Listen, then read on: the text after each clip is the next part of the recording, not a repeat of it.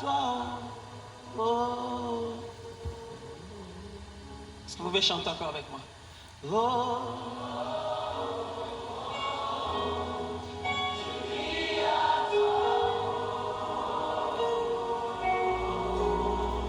Est-ce qu'on peut encore chanter une fois de plus?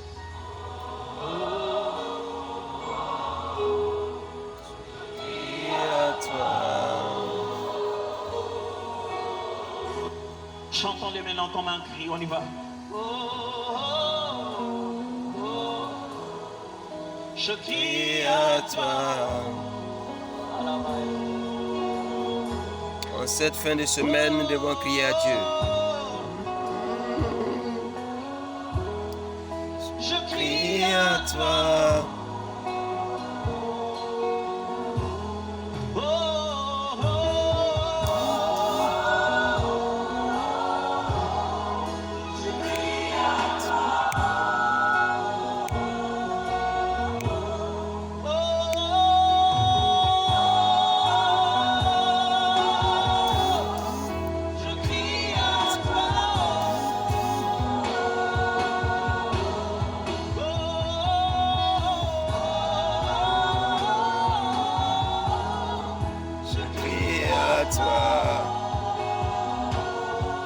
My God.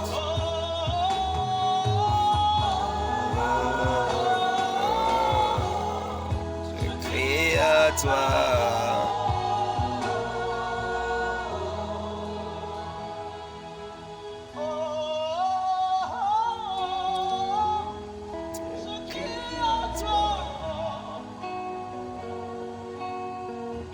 Père éternel, je crie à toi pour cette génération.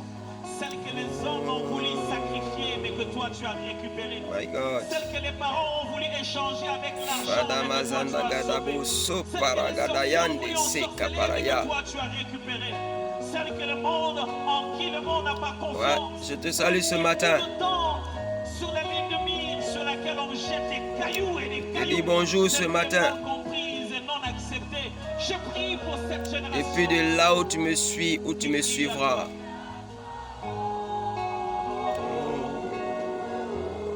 Je prie pour cette génération. En ce temps de la fin, en ce temps de la fin, en ce temps de la fin. Quelle est la priorité? Quelle est la priorité? Quelle est la priorité? Quelle est la priorité, enfant de Dieu? En ce temps de la fin, quelle est la priorité? Quelles sont nos priorités? Oui, quelles sont nos priorités? Nous disons dans ce thème les priorités du chrétien en ce temps de la fin. Et ce matin, par la grâce de Dieu, je veux clôturer. Il y a tellement de choses à dire, mais nous sommes allés à l'essentiel. Et je prie que le Seigneur te bénisse. Je prie que sa grâce soit sur ta vie. Je prie que encore une fois, ton cœur soit inondé d'amour. Alléluia. Alléluia. Que ton cœur soit inondé d'amour. Oui, que ton cœur soit inondé d'amour. Que ton cœur soit rempli d'amour. Je le disais, ce monde dans lequel nous sommes a besoin d'amour, a besoin d'amour. Bien-aimés, la Bible est claire là-dessus. La Bible dit, vous êtes le sel de la terre, mais si le sel perd sa saveur, avec quoi la lui rendra-t-on? Vous êtes le sel de la terre. Vous voyez, c'est une conception globale, c'est une conception globale, c'est une conception, en tout cas, globale, c'est une conception d'ensemble. Dieu ne voit pas la particularité, Dieu ne voit pas l'individualité, mais Dieu voit le bonheur de la masse, le bonheur de la masse. Il dit, vous êtes le sel de la terre, le sel de la terre, vous êtes le sel de la terre. Dans Matthieu 5, verset 13, il dit, vous êtes le sel de la terre. Et si ce sel-là perd sa saveur, avec quoi la lui rendra-t-on? Ouais. Enfant de Dieu, disciple de Jésus-Christ de Nazareth, la Bible dit, tu es le sel de la terre. Pour ceux qui maîtrisent la cuisine, ils savent ce que c'est que le sel. Oui, dans les actions prophétiques, les gens savent ce que c'est que le sel. Mais à la vérité, nous sommes le sel de la terre. Comment le prouver? Comment le démontrer? C'est en pratiquant l'amour. C'est en manifestant l'amour agapé. C'est en manifestant l'amour divin. Alléluia. Il dit encore, vous êtes la lumière du monde. Qu'est-ce que c'est que la lumière? La lumière, c'est l'éclat. C'est l'éclat. C'est l'éclat. Là où tout est sombre, tout est noir. Quand la lumière jaillit, la lumière fait disparaître, alléluia, ce qui était sombre, ce qui était noir. Le noir, c'est les ténèbres. La lumière, c'est toi et moi. Il dit, nous sommes la lumière du monde.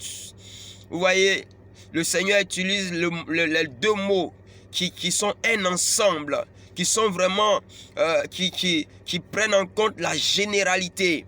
La terre, il n'y a pas de limite. Le monde, il n'y a pas de limite. Quelle que soit la définition qu'on va donner à la terre, il n'y a pas de limite. Quelle que soit la définition qu'on va donner au monde, il n'y a pas de limite. Tu es le sel de la terre. Tu es la lumière du monde. L'enfant de Dieu est la lumière du monde. L'enfant de Dieu est le sel de la terre. L'enfant de Dieu, oh bien-aimé, la Bible dit une ville située sur une montagne ne peut être cachée. Ouais, Dieu t'a pas créé pour être caché. Dieu t'a créé. Ta position fait que tu ne peux pas être caché. Ta position que ton Dieu t'a donnée fait que tu ne peux pas être caché. Il dit tu es le sel de la terre. Tu es la lumière du monde. Tu es la lumière du monde. Tu es le sel. Là où il n'y a pas de paix, il n'y a pas de joie, il n'y a pas de vie. Tu es le sel de la terre. Quand tu arrives là, tu n'es pas n'importe qui. Tu n'es pas n'importe qui. Là où tu arrives, il y a changement d'atmosphère. Il y a changement de situation. Il y a changement de vent. Il y a changement. Alléluia. Il y a changement. Partout où tu arrives, il y a un changement qui doit s'opérer. Il y a un changement qui s'opère. Il y a un changement qui doit se mouvoir. Parce que tu es le sel de la terre. Là où tu arrives, il doit y avoir un changement radical, un changement systématique, un changement palpable, un changement démonstratif, un changement, alléluia, parce que tu es la lumière du monde. Jésus, Dieu plutôt, n'a pas créé les choses en commençant par autre chose que la lumière. Parce que c'est toi et moi, c'est notre définition, c'est notre ADN, c'est notre identité. La lumière est notre identité. C'est pourquoi je vais te dire ce matin que la main de Dieu est sur toi. La main de Dieu est sur toi. La grâce de Dieu est sur toi. La puissance de Dieu est sur toi. Oh, la faveur de Dieu est sur toi. Si tu ne sais pas qui tu es la lumière du monde. Alléluia. Bien-aimé, tu es la lumière du monde. Le monde, c'est, bien-aimé, la vie dans laquelle nous sommes. Le monde, c'est le système de ce siècle. Mais tu es la lumière de ce siècle. Tu es la lumière de ce système. Tu es la lumière, bien-aimé, de cet environnement dans lequel nous sommes. Là où tu es présent, il y a changement. Là où tu es présent, il y a changement. Là où tu es présent, il y a un bouleversement positif. Là où tu arrives, il y a forcément une vague de paix, de joie, de délivrance, de libération. Il y a une atmosphère spéciale. My God. Vous êtes le sel de la terre. Vous êtes la lumière du monde. Mes bien-aimés, comment est-ce que nous allons toucher la terre entière? Comment est-ce que nous allons toucher le monde entier si nous n'avons pas d'amour? si nous n'avons pas d'amour. Si nous n'avons pas d'amour, ouais, on saura que tu es un enfant de Dieu. Je l'ai dit dans le message passé. À ceci, tous connaîtront que vous êtes mes disciples si vous avez de l'amour les uns pour les autres. C'est une priorité en ces temps de la fin. Tu ne pratiques pas l'amour, le chrétien te désignera du doigt. Il te désignera pour dire, lui là, il dit qu'il est chrétien, mais regardez comment il est. Lui là, il dit qu'il est enfant de Dieu, mais regardez sa manière de faire. Bien-aimé, notre manière de faire est ce qui décrédibilise l'Église. Notre manière de faire est ce qui nous enlève réellement notre valeur, notre manière de faire. Alléluia. Ce n'est pas ce que nous connaissons, mais c'est notre manière de faire. Notre manière de faire toutes choses nous disqualifie ou nous qualifiera. Nous permettrons, notre manière de faire nous permettra de gagner des âmes, de tirer ceux qui sont dans la souffrance, dans la vie éternelle, dans la vie de Dieu. Alléluia. Ce matin, l'amour. Oui, tu me diras, l'amour, oui. Nous sommes leaders, fondateurs de la communauté Centre évangélique Amour Divin International. Et nous ne pouvons que parler encore plus et de manière appuyée de l'amour. Oui, il faut que ce vent-là souffle sur le monde entier. Il faut que ce vent-là souffle encore. Masabro Sotoko Palaya Sata. Oui. 1 Corinthiens 13, verset 1 à 8 et le verset 13. C'est ce que nous allons voir aujourd'hui. Écoutez la parole de Dieu. Je prends la version français courant. Parce que tout le monde connaît la version Louis II. Mais on va lire la version français courant. Les priorités en ces temps de la fin. Et j'ai touché une des priorités. J'ai touché un point essentiel et vital. C'est pratiquer l'amour. Manifester de l'amour. Vivre dans l'amour. Mais qu'est-ce que c'est que ça? Alléluia. Bien-aimé, quand on parle de 1 Corinthiens, on vient rapidement coller la personnalité de quelqu'un. On vient réellement coller l'identité de quelqu'un. On vient réellement coller la marque particulière de quelqu'un sur ce chapitre. Il s'agit de l'apôtre Paul. Bien-aimé, mais l'apôtre Paul, quand tu lis son parcours avant la conversion, tu vas voir là en lui un homme qui était sans pitié. Il avait la connaissance de la Torah, du judaïsme. Et oui, il était très rempli. Mais à la vérité, bien-aimé, cet homme s'attaquait à la nouvelle doctrine. Cet homme s'attaquait aux chrétiens. Cet homme s'attaquait aux enfants de Dieu. Mais lorsque la grâce de Dieu s'est manifestée et qu'il a été sauvé de cette religion pour venir au christianisme, le christianisme, oh, la religion dont le fondateur est encore vivant. Dont le fondateur est encore vivant. Alléluia. Jésus-Christ est encore vivant. C'est cet apôtre Paul qui parle ici de l'amour. Quelqu'un qui hier était dans une posture de réprimande, de persécution, de maltraitance. Bien-aimé, c'est celui qui parle ici. Parce que en ces temps de la fin, nous devons retourner aux fondamentaux, à ce qui est essentiel. Arrêtons de nous disperser. Certaines choses sont essentielles. Je peux te parler ici de l'adoration. L'adoration est essentielle. Alléluia. En ces temps de la fin, exercer la miséricorde est essentiel. En ces temps de la fin, bien-aimé, évangéliser, prêcher l'évangile, gagner des âmes est essentiel. Arrêtons les futilités. Alléluia. En ces temps de la fin, bien-aimé, manifester l'amour ne peut pas être soustrait. La Bible dit clairement ceci. Supposons que je parle les langues des hommes et même celles des anges. Si je n'ai pas d'amour, je ne suis rien de plus qu'un métal qui résonne ou qu'une cymbale bruyante. Hey.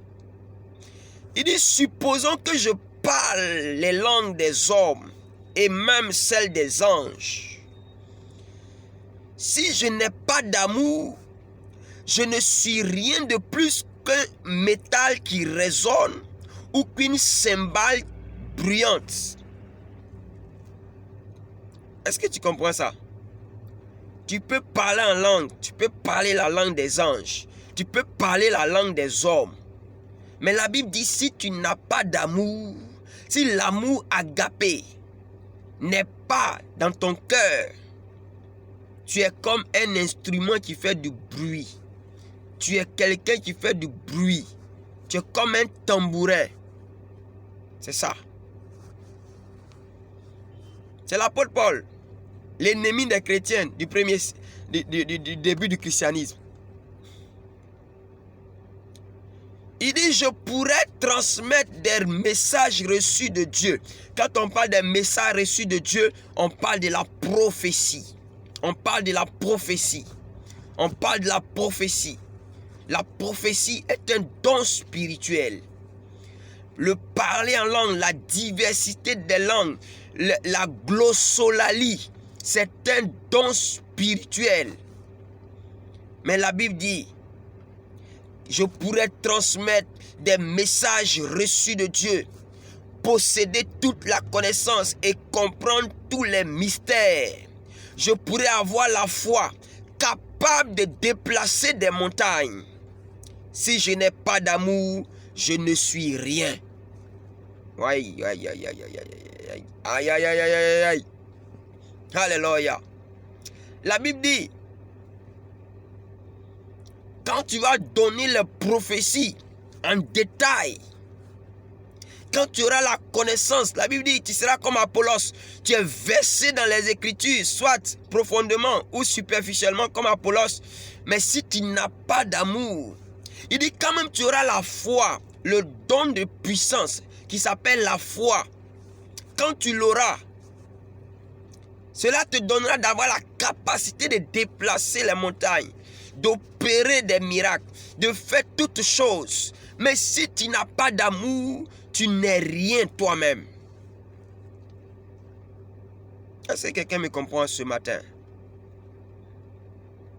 Si tu n'as pas d'amour, tu n'es rien. Je récapitule. Le parler en langue, la prophétie, la connaissance exacte même des Écritures, la foi. Sans amour, la Bible dit que tu n'es rien. C'est pourquoi l'amour doit être une priorité en ces temps de la fin. Nous parlons des miracles, nous parlons de la puissance, nous parlons de l'onction, nous parlons de beaucoup de choses. Et derrière, notre caractère est négatif. Notre caractère n'est rien d'autre qu'un désordre dans tous les milieux. À l'église, à la maison, au travail, là où tu te trouves. Alléluia. Oh my God. Il dit, je pourrais distribuer tous mes biens aux affamés et même livrer mon corps aux flammes. Si je n'ai pas d'amour, cela ne me sert à rien. Bien-aimé, tu peux donner des milliards à quelqu'un, mais cela peut être sans amour.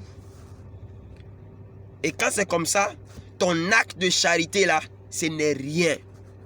Oui, nous voyons ça dans les nations. Nous voyons ça dans la politique. Les gens donnent et donnent et donnent. Mais à la vérité, c'est sans amour. C'est pour l'intérêt. Donner pour avoir des intérêts, ce n'est pas l'amour. Donner pour avoir des intérêts, ce n'est pas l'amour. Donner pour être récompensé en retour, ce n'est pas l'amour. J'insiste là-dessus. Tu peux même vendre ton corps. Tu peux vendre ton corps. tu peux te mettre dans la flamme, tu peux brûler. Mais comment est-ce que quelqu'un peut donner tous ses biens aux affamés? Quelqu'un peut même livrer son corps dans les flammes. Mais la Bible dit que sans amour, cela ne sert à rien.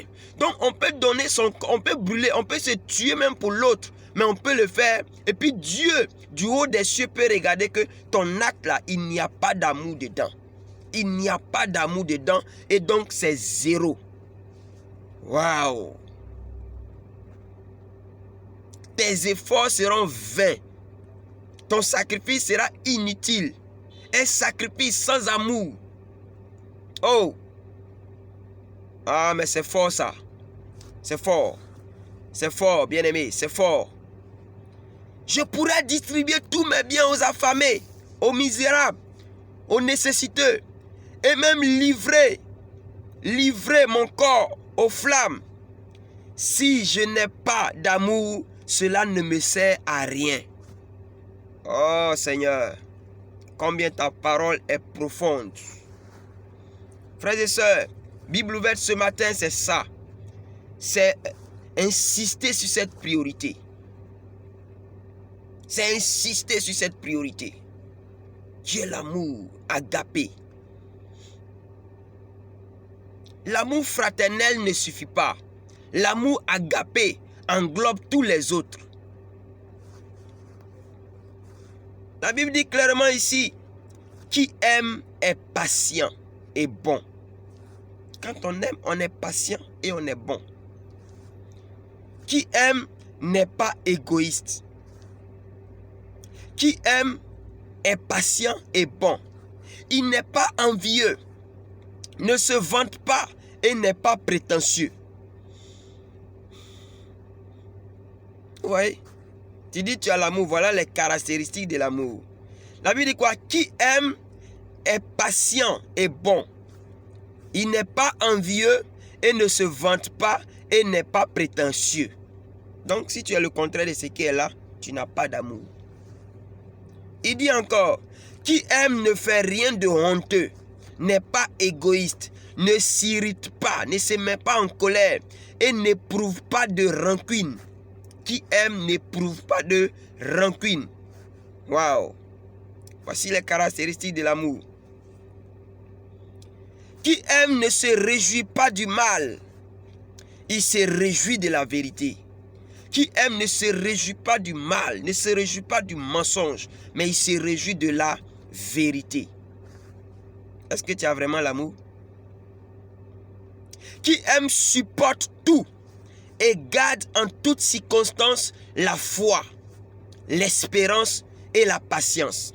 Quand tu aimes, en toutes circonstances, tu gardes quoi? La foi, l'espérance et la patience. C'est tellement fort. Je suis en train de passer ton amour que tu as au scanner.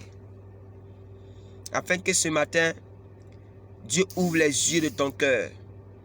Et que tu comprennes. Et que tu agisses. Alléluia. Il dit l'amour est éternel. Quand je prêche, je vous dis que l'amour est Dieu aussi. Et effectivement, l'amour c'est la nature de Dieu. On ne peut pas dissocier Dieu et l'amour. Jamais. L'amour est éternel. L'amour agapé est éternel. L'amour agapé est éternel. L'amour est éternel. Alléluia. Français courant dit l'amour est éternel. L'amour est éternel. Jésus est éternel. Dieu est éternel. Le Saint-Esprit est éternel. La parole de Dieu est éternelle. L'amour aussi est éternel. C'est pas moi qui ai dit, c'est écrit. La Bible dit les prophéties passeront. Les parlants en langue passeront. La connaissance passera. Mais l'amour, quand je vous dis que c'est une priorité, c'est pourquoi je vous dis ça. C'est une priorité. C'est une priorité. Ça doit demeurer en nous. Ça doit demeurer avec nous. Nous devons vivre avec. Parce que les messages divins cesseront un jour. Le don de parler en des langues inconnues prendront fin. La connaissance disparaîtra. Mais l'amour reste. Parce qu'il est éternel. L'amour est éternel. Alléluia. Je termine pour dire, il dit maintenant, ces trois choses demeurent, la foi, l'espérance et l'amour. Mais la plus grande des trois est l'amour. La plus grande des trois, quand on place la foi, l'espérance et l'amour, c'est l'amour qui est supérieur. L'amour est supérieur. Donc si tu l'as, tu es un être supérieur. Tu es un homme supérieur. Tu es une femme supérieure. Tu es une organisation supérieure. Tu es une communauté supérieure. On se bat pour les dons spirituels, mais on ne se bat pas pour le fruit de l'esprit qui est l'amour. Alors que l'amour a planté les dons. L'amour donne un sens aux dons. L'amour donne une puissance aux dons. L'amour donne une large manifestation aux dons. Numéro 1, l'amour. Et ensuite vient le reste. Bible ouverte ce matin. J'ai débordé dans le temps, je le sais. Mais je voulais finir avec ce thème. Que le Seigneur nous bénisse. Seigneur, je te prie ce matin. Chaque fois que je finis, ce n'est pas toujours que je prie pour cette parole. Mais Père, je prie que cette priorité fasse partie de nos mœurs, de nos valeurs, de nos cultures, de notre quotidien. Je prie que l'amour restaure, l'amour dont je prêche ce matin restaure la maison de quelqu'un, le foyer de quelqu'un. Père, interviens mon Dieu, mon roi. Au nom puissant de Jésus-Christ de Nazareth. Merci Seigneur. Merci pour cette parole. Quel que soit le temps que va parcourir cette parole, que cette parole fasse du bien à un homme, à une femme, à une nation, à une communauté, à un leader, pour la seule gloire de ton nom. Bible ouverte ce matin, c'est terminé. Je t'encourage à toujours t'abonner. Quand tu me suis, abonne-toi et clique sur la cloche afin de ne pas rater les prochains messages. Nous sommes une communauté et nous t'aimons, nous vous aimons. Shalom à vous au nom de Jésus-Christ. Amen.